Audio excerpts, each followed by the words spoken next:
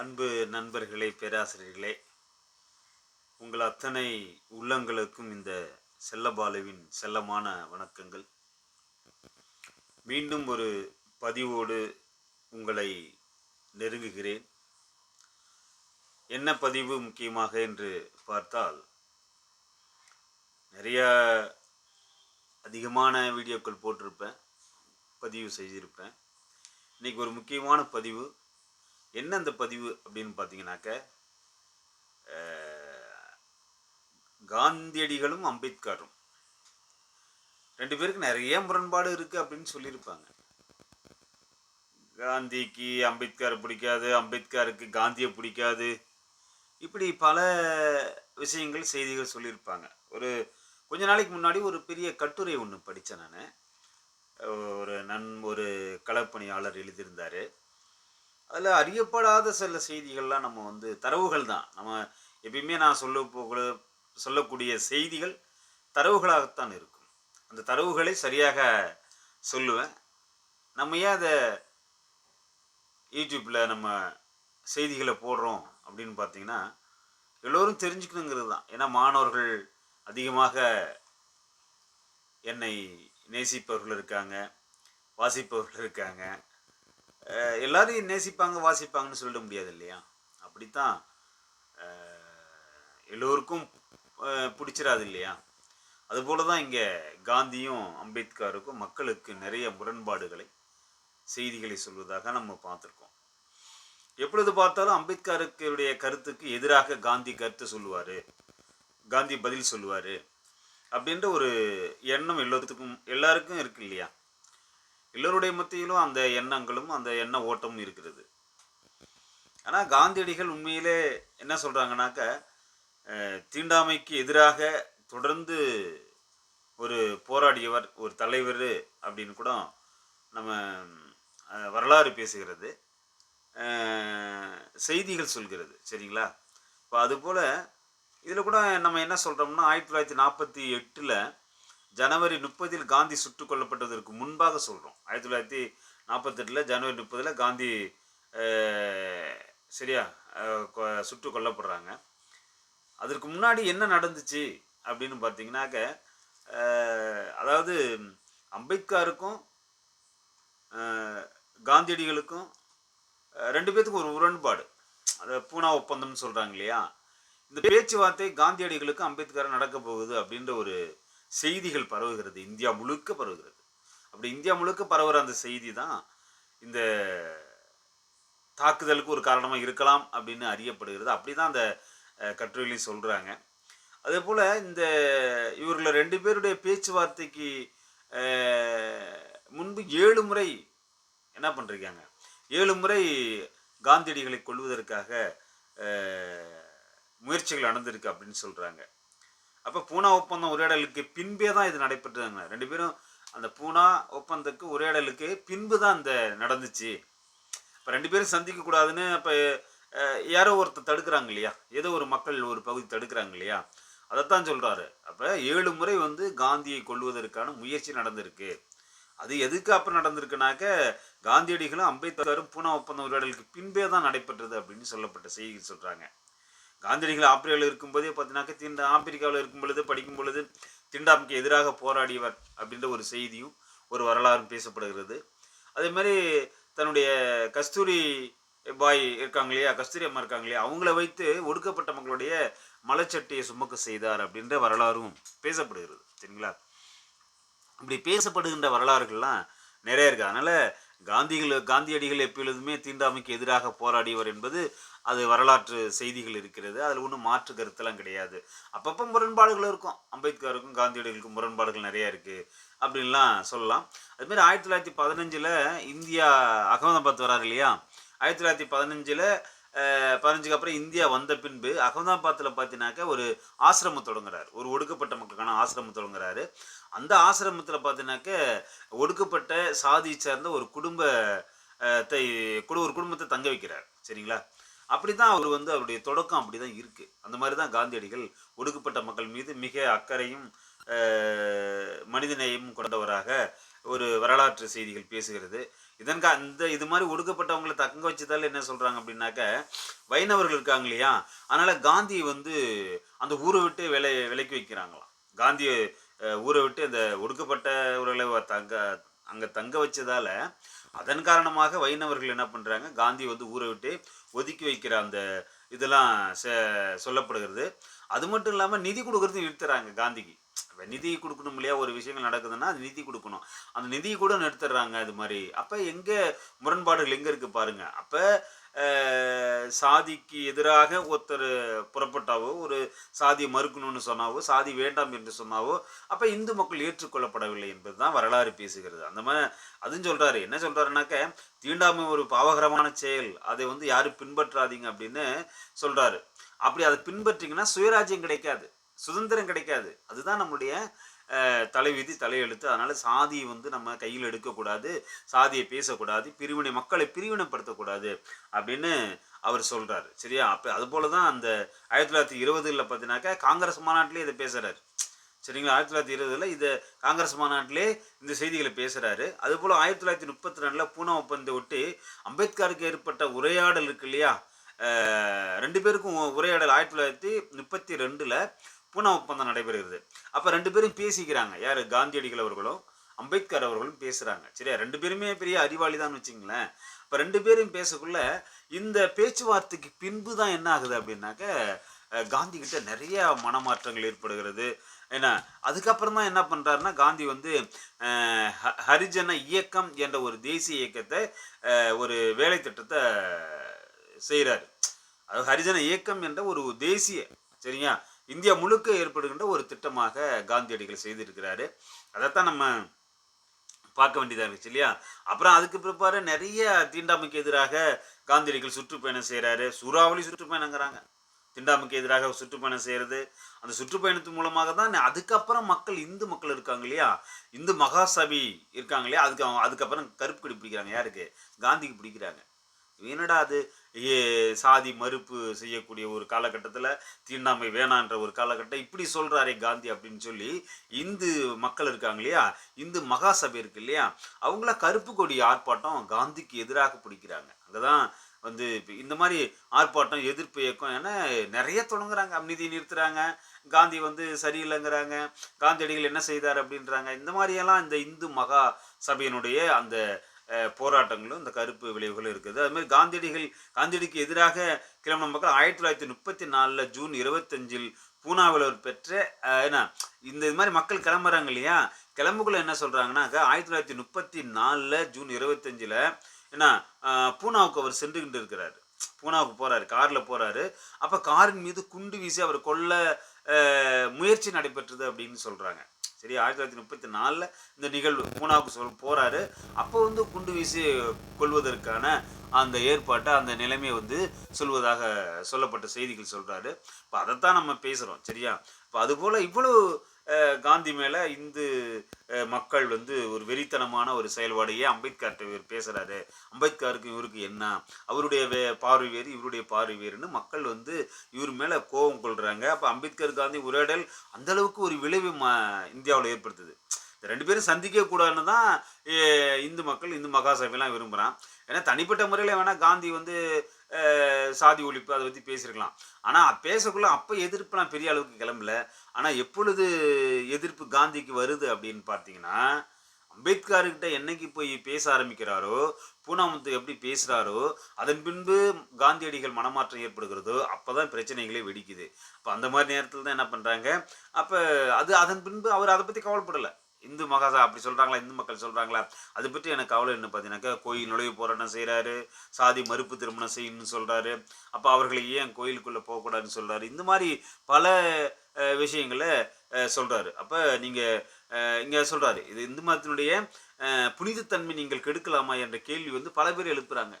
நீங்கள் இந்து மதத்தில் இருந்துக்கிட்டு இந்துனுடைய புனிதத்தன்மை நீங்கள் கெடுக்கிறீங்க அப்படின்னு என்ன அர்த்தம்?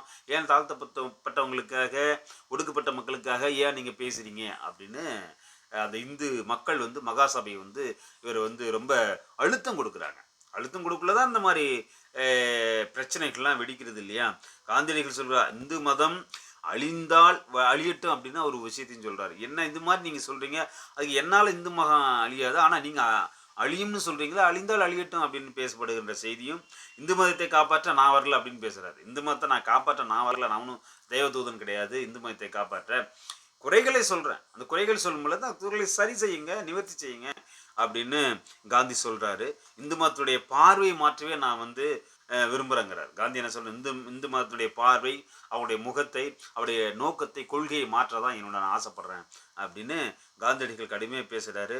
பல பேர் இது மாதிரி சொன்னாலும் செயலுக்கு சில பேர் என்ன சொல்கிறாங்கன்னா, ஆங்கில அரசு கடிதம் எழுதுகிறாங்க, காந்தி பற்றி தவறாக எழுதுகிறாங்க, காந்தி சரியில்லாதவர், அவர் வந்து இது மாதிரி மக்களை வந்து ஒடுக்கப்பட்ட மக்களுக்காகவும் தாழ்த்தப்பட்ட மக்களுக்காகவும் ரொம்ப பேசுகிறாரு, அதனால் காந்திக்கு எதிரான பகையை வந்து மூட்ட வேணும், காந்தி வந்து ஆங்கிலேயர்கள் நம்பக்கூடாது, இப்படிலாம் பல செயல்கள் இதற்கு சொல்கிறாங்க. அப்போ இதற்கு காரணம் என்னன்னு பார்த்தீங்கன்னாக்கா, அம்பேத்கரும் காந்தியும் சந்தித்தது தான் அதுக்கு காரணம். ரெண்டு பேரும் சந்திக்கக்கூடாது. இப்போ ரெண்டு சமூகம் அடிச்சுக்கிட்டா பிரச்சனை வருங்கன்னு சொல்கிறாங்கல்ல, அப்போ ரெண்டு பேரும் ஒன்று சேரக்கூடாதுன்னு இந்து மக்கள் விரும்புகிறாங்க. அதை தான் அன்றைக்கு இருந்த அரசியல் தான் இன்றைக்கும் அரசியல் வேறு மாதிரி இருக்கு பாருங்க.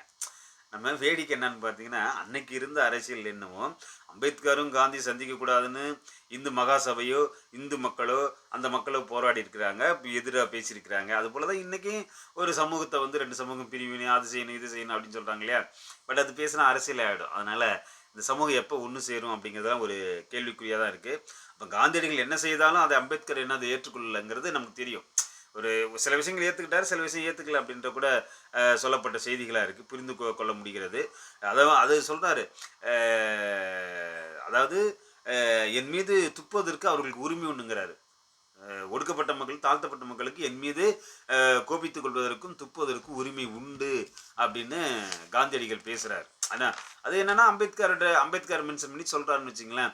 அம்பேத்கர் வந்து என்னோட உரிமையாக பேசலாம், என் மீது கோவப்படலாம், என் மீது இது பண்ணலாம் அப்படின்னு காந்தியடிகளே சொல்கிறாரு. அப்போ இந்த மாதிரியான ஒரு சூழலில் இப்படிலாம் இந்த சமூகம் நடக்குது அப்படின்னு சொல்லலாம். அது மாதிரி இந்தியா பாகிஸ்தான் பிரிவின் பொழுது ரெண்டு பிரியுது இல்லையா, இந்தியா பாகிஸ்தான் பிரிவுக்குள்ளே ஜின்னா என்ன பண்ணுறாரு, 1946 நினைக்கிறேன், 1946 ஜின்னா வந்து சொல்கிறாரு, அம்பேத்கரை வந்து என்னென்னா வங்காள மாகாணமாக இருந்து அங்கிருந்து கூப்பிடுறாரு, யார் அம்பேத்கரை வந்து ஜின்னா கூப்பிடுறாரு, இங்கே வந்துருங்க பாகிஸ்தான் அப்படின்னு சொல்லி சொல்கிறாரு. ஆனால் அதுக்கு அப்போ தான் காந்தி என்ன சொல்கிறாருன்னா, அதெல்லாம் முடியாது. அதாவது காந்தியடிகள் தலையிட்டு என்ன சொல்கிறாருன்னா, மும்பை மாகாணத்திலிருந்து தேர்வு செய்யப்பட வேண்டும் யார், அம்பேத்கரை. அங்கே வங்காளத்திலிருந்து தேர்வு செய்யக்கூடாது, மும்பை மாகாணத்திலிருந்து தேர்வு செய்யப்படும் அம்பேத்கர். அது மட்டும் இல்லாமல் தேர்வு செய்து இல்லாமல் அந்த இந்தியாவுடைய முதல் அமைச்சரவையில், முதலமைச்சர் கிடையாது, முதல் அமைச்சரவையில் யார், அம்பேத்கர் இடம்பெற வேணும்னு காந்தி பேசியிருக்கார். சரியா, அப்போ அந்த விருப்பத்தை சொல்லியிருக்கிறார். அதனால் எவ்வளோ விஷயங்கள் நம்ம பேசுவோம், நிறைய கூட்டங்களில் நிறைய செய்திகளில் நம்ம கூட பேசிருக்கலாம், காந்திக்கு அம்பேத்கருக்கும் பிடிக்காது, ரெண்டு பேரும் முரண்பாடாக இருந்திருக்கிறாங்க. ஆனால் சரி, அவங்களோட முரண் எதற்காக இருந்தது, எந்த செய்திக்காக இருந்தது அப்படின்னு நீங்கள் ரொம்ப ஆய்ந்து அதை நோக்கணும், ரொம்ப ஆராய்ச்சி மூலமாக அதை பார்க்கணும், வரலாற்று ரீதியாக பார்க்கணும் அப்படின்னு சொல்கிறேன். இப்படி பார்த்தா இருவருக்கும் பகையும் முரணும் ரெண்டு பேர் இருந்துக்கிட்டே தான் இருந்திருக்கு அப்படின்னு சொல்லலாம். சரியா, அப்போ அமைச்சரவையாக இருக்கணும்னு வலியுறுத்துறாரு, மும்பை நம்ம பக்கம் இந்தியா பக்கம் வந்துடணும் அம்பேத்கர் அப்படின்னு. அப்போ காந்தி விரும்பிக்கிறார் இல்லையா. இந்த செய்திகளாக நம்ம என்ன பண்ணுறோம் கேட்குறோம் இல்லையா. அதுபோல் இந்திய விடுதலை போராட்ட காலத்தில் அன்னைக்கு நேரு, நேதாஜி, அம்பேத்கர், பிசி ஜோஷி இவர்கள்லாம் எப்படின்னா சின்ன பிள்ளைங்க. காந்தியடிகளுடைய குழந்தைக்கு என்ன வயதோ, சின்ன குழந்தை கிடையாது, காந்தியடிகளுடைய பிள்ளைகளுக்கு ஒரு 25 வயசு 30 வயசு பிள்ளைகள் இருக்காங்க இல்லையா. அப்போ காந்தியுடைய பிள்ளைகளுக்கு என்ன வயசாகுமோ அதே வயசு தான் நேருக்கு, நேதாஜிக்கு, அம்பேத்கருக்கு, இந்த பிசி ஜோஷி இருக்காங்க இல்லையா. இவர்களெல்லாம் சின்ன பிள்ளைங்க. அப்போ என்ன கோவப்படுறாரு, பிள்ளைங்களுக்கு மேலே கோவப்பட அப்பாவுக்கு உரிமை இருக்கு இல்லையா. அப்போ நான் வந்து தலைவன், நான் வந்து நான் தந்தை ஸ்தானத்திலிருந்து இவர்கள் மீது தான் கோவப்படுறேன், அப்போ முறுக்கோட நடந்துக்கு வரேன், ரொம்ப திமிரா நடந்துக்கு அப்படின்றலாம் அவரே சொல்லியிருக்கிறார். சரி, காந்தியிலே சொல்லியிருக்காரு. அப்போ என் பிள்ளைகள்கிட்ட நான் வேகமாக நடக்கிறதுல பேசுறதுல என்ன குறை என்பதையாக சொல்லப்பட்ட செய்தி இருக்காரு. அதுமாரி காந்தியடிகள் தான் எடுத்த முடிவில் ஒரு நாளும் பின்வாங்கியது கிடையாது. காந்தியடிகள் அதில் வந்து ரொம்ப வலிமையாக ரொம்ப உறுதியாக நின்றுருக்காருன்னு வச்சுங்களேன். நம்மளாம் சில இன்னைக்கு காலையில் பேசுவோம், மாலையில் ஒரு மாதிரியே பேசுவோம், மாலையில் ஒரு மாதிரியே பேசுவோம், காலையில் ஒரு மாதிரியே பேசுவோம். ஆனால் காந்தியடிகள் அதான் அறப்போராட்டம் அவர் எடுக்கிறார் இல்லையா. எவ்வளோ பெரிய விஷயத்த அப்போ சொல்லியிருக்காரு இல்லையா. சுதந்திரம் வாங்கி கொடுத்தாரு காந்தி தான் அப்படின்னு நம்ம எல்லாம் சொல்கிறாங்க இல்லையா. மகாத்மா காந்தி தான் சொன்னார். மகாத்மா என்ற சொல்லி யார், அம்பேத்கர் ஏற்றுக்க மாட்டாராம். அப்போ அந்த மாதிரிலாம் இருந்திருக்காங்க. ஆனால் ரெண்டு பேர்த்துக்குள்ள ஒரு பரஸ்பரம் இருந்திருக்கு, ஒரு முரண்பாடு இருந்தாலும் பரஸ்பரம் இருந்திருக்கு. இந்தியா இந்தியா ஒற்றுமையாக இருக்கணும், இந்தியா வந்து ஒரு ஒரு ஒரு அறிவு வந்து நாடா அறிவு மிகுந்த நாடாக இருக்கணும் அப்படிங்கிறது ரெண்டு பேருமே கவனமாக இருந்திருக்கிறாங்க. அந்த மாதிரி ரெண்டு பேருக்கும் முரண்பட்ட கருத்துக்கள் இருந்தாலும் ரெண்டு பேரும் என்ன பண்ணுறாங்கன்னா இந்த மாதிரி இருக்காங்க. சில நேரத்தில் காந்தியடிகள் வந்து இந்த பிள்ளைங்கள்ட்ட கோவப்பட்டால் என்ன பண்ணுறாங்க, இப்போ அப்பா இருக்காங்க, பிள்ளைங்கள் மேலே கோவப்பட்டு அப்புறம் மாற்றிக்கிறாங்க இல்லையா, அதுபோல் இந்த இவர்களுக்காக காந்தியடிகள் அடிக்கடி தன்னுடைய கருத்தை மாற்றிக்கிட்டே இருப்பாராம். இன்னைக்கு இன்னைக்கு இன்னைக்கு இதை மாற்றணுமா மாற்றிக்கு வரோம், இதை சொல்லணுமா சொல்லிக்கு வரோம். ஆனால் செய்திகளை பின்வாங்க மாட்டார். நம்ம என்னடா முன்னாடி ஒன்று சொன்னார் இப்போ ஒன்று சொல்ல நினைக்கக்கூடாது.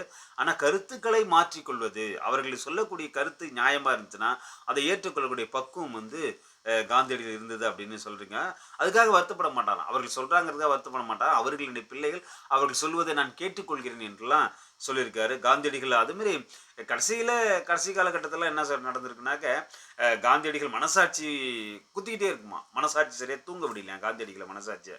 அது யாரால தூங்க விடலை, யார் அதை கிளறிக்கிட்டே இருந்தாங்க, தூண்டில் போட்டு இழுத்துக்கிட்டே இருந்தாங்க அப்படின்னு பார்த்தீங்கன்னா அண்ணல் அம்பேத்கர் தான் அதற்கு காரணம் சொல்கிறாங்க. ஏன்னா அண்ணல் அம்பேத்கர் எதையோ ஒரு நோக்கி இந்த சமூகத்தை மடைமாற்றம் செய்யணும், இந்த சமூகத்துக்கு விடுதலை கிடைக்கணும், இந்த சமூகம் எல்லோரும் கல்வி பெற வேண்டும், இந்த சமூகத்தில் எல்லோரும் பெண்கள் விடுதலை பெற வேண்டும் அப்படின்னு இவரும் நினைக்கிறாரு, காந்தியா தான் நினைக்கிறாரு. அப்போ ரெண்டு பேருக்குமான அப்போ என்ன சொல்கிறாங்க, ரெண்டு பேரும் அதுக்கு காரணம் என்ன, இந்து மக்கள் என்ன பண்ணுறாங்க, இதை பிரிவினைப்படுத்துறது தான். அம்பேத்கரா அப்படியா அப்படி சாதாரண ஒரு எளிமையாக சொல்லிடுறது தான். இருந்தாலும் ரெண்டு பேருமே அப்போ அறிவிலும் ஆளுமையிலும் சிறந்தவர்களாக இருந்திருக்கிறாங்க. சரிங்களா? இப்போ அதன் அடிப்படையில் தான் அந்த கடைசி காலகட்டத்தில் காந்தியினுடைய அந்த மனசாட்சி தூங்க விடாமல் செய்தது யார் அப்படின்னாக்கா அண்ணல் அம்பேத்கருடைய அவருடைய கொள்கையும், அவர் செய்த ஏதோ ஒரு அம்பேத்கருடைய என்ற ஒற்றை மனிதன் மட்டும்தான் அண்ணல் காந்தியடிகளை தூங்க விடாது செய்தார். இப்படி தான் வரலாறுகள் பேசப்படுகிறது. இப்படி தான் அந்த கட்டுரையில் சொல்லியிருக்காங்க. அதனால் அன்பு நண்பர்களே, பேராசிரியர்களே, அன்பு மாணவர்களே, எழுத்தாளர்களே மற்றும் உள்ள ஆண்களே பெண்களே, உங்களை அத்தனை பேருக்கும் இந்த செய்திகள்லாம் தெரிஞ்சுக்கணும் இல்லையா, அதுக்காக தான் வணக்கத்தை சொல்கிறேன். இந்த செய்திகள்லாம் தெரிஞ்சுக்கிட்டா தான் அந்த சமூகம் மடைமாற்றம் செய்ய முடியும், அதுதான் சொல்கிறோம். அதனால் காந்தியும் அம்பேத்கரும் முரண்பட்டு இருந்தாலும் எல்லா இடத்துலையும் முரண்படலை. ஏன்னா அப்போ சில இடத்துல முரண்பட்டு இருக்காங்க, சில இடத்துல ஒற்றுமையாக இருந்திருக்கிறாங்க.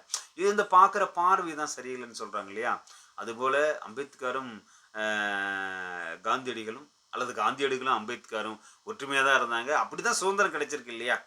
முரண்பாடுகள் வந்திருக்கலாம், நம்ம வரலாறு சொல்லியிருப்போம், ஐயோ இவருக்கு வர முடியல, நல்ல பெரிய சண்டை ஆகிப்போச்சு, பிரச்சனை ஆகிப்போச்சு. ஆனால் இந்து மகாசபை, இந்து மக்கள் அவ்வளோ கடுமையாக காந்தியை விமர்சனம் பண்ணியிருக்காங்க, அவருக்கு எதிராக போராடி இருக்கிறாங்க, அவர் மேலே கல் எரிஞ்சிருக்கிறாங்க, அவர் மேலே குண்டு எரிஞ்சிருக்காங்க, கடைசியில் கொலை இவ்வளவு கொடுமைகள் நடந்திருக்கு இல்லையா மகாத்மா காந்தி அவர்களுக்கு. அதனால தான் நம்ம சொல்கிறோம், அதனால் இந்த சமூகத்தில் கல்வி என்பது மிகவும் முக்கியம், இந்த சமூகத்தில் நிதானம் என்பது முக்கியம். சரியா? எல்லோரும் நல்லா பேசிட மாட்டாங்க. சரியா? அப்போ அதுபோல் ரெண்டு பேர்த்தினுடைய அந்த புரிதலும் அவரவர்கள் உள்ளத்தில் அவர்களுடைய எண்ணத்தில் சரியாகத்தான் இருந்தது என்று நம்ம அதை எண்ணி பார்க்குறோம், சொல்கிறோம். அதனால் அம்பேத்கர் அவர்களும் காந்தியடிகள் அவர்களும் அம்பேத்கர் அவர்களும் இந்த இந்தியாவுக்காகவும் இந்த மக்களுக்காகவும் கடினமாக உழைத்திருக்கிறார்கள். அதனுடைய பயனாகத்தான் நம்மளாம் என்ன பண்ணுறோம், அவர்கள் விதைத்த விதை தான் இன்னைக்கு விருட்சமாக மலர்ந்திருக்கிறது. இன்னைக்கு நம்ம வளர்ந்துருக்கிறோம், அந்த விதை தான் மரமாக, செடியாக, மரமாக, காயாக, கனியாக இன்னைக்கு வளர்ந்து என்ன பண்ணுறோம், நம்ம எல்லாம் அதை பயன்பெறுகிறோம் என்று சொல்லலாம். சரிங்களா? அதனால் அன்பு நண்பர்களே, அன்பு பேராசிரியர்களே, மாணவ கண்மணிகளே, உங்கள் அத்தனை பேருக்கும் எனது வணக்கத்தை கூறி, எல்லோரும் செய்திகளை பாருங்கள், அறிவுபூர்வமான செய்திகளை படியுங்கள், அறிவார்ந்த செய்திகளை விவாதியுங்கள், புத்தகங்களை நேசியுங்கள் என்று கூறி உங்களிலிருந்து விடைபெறுகிறேன். என்றும் உங்கள் நெஞ்சுக்கு நெருக்கமான அன்பு நண்பன் உங்கள் செல்லபாலு. நன்றி, வணக்கம்.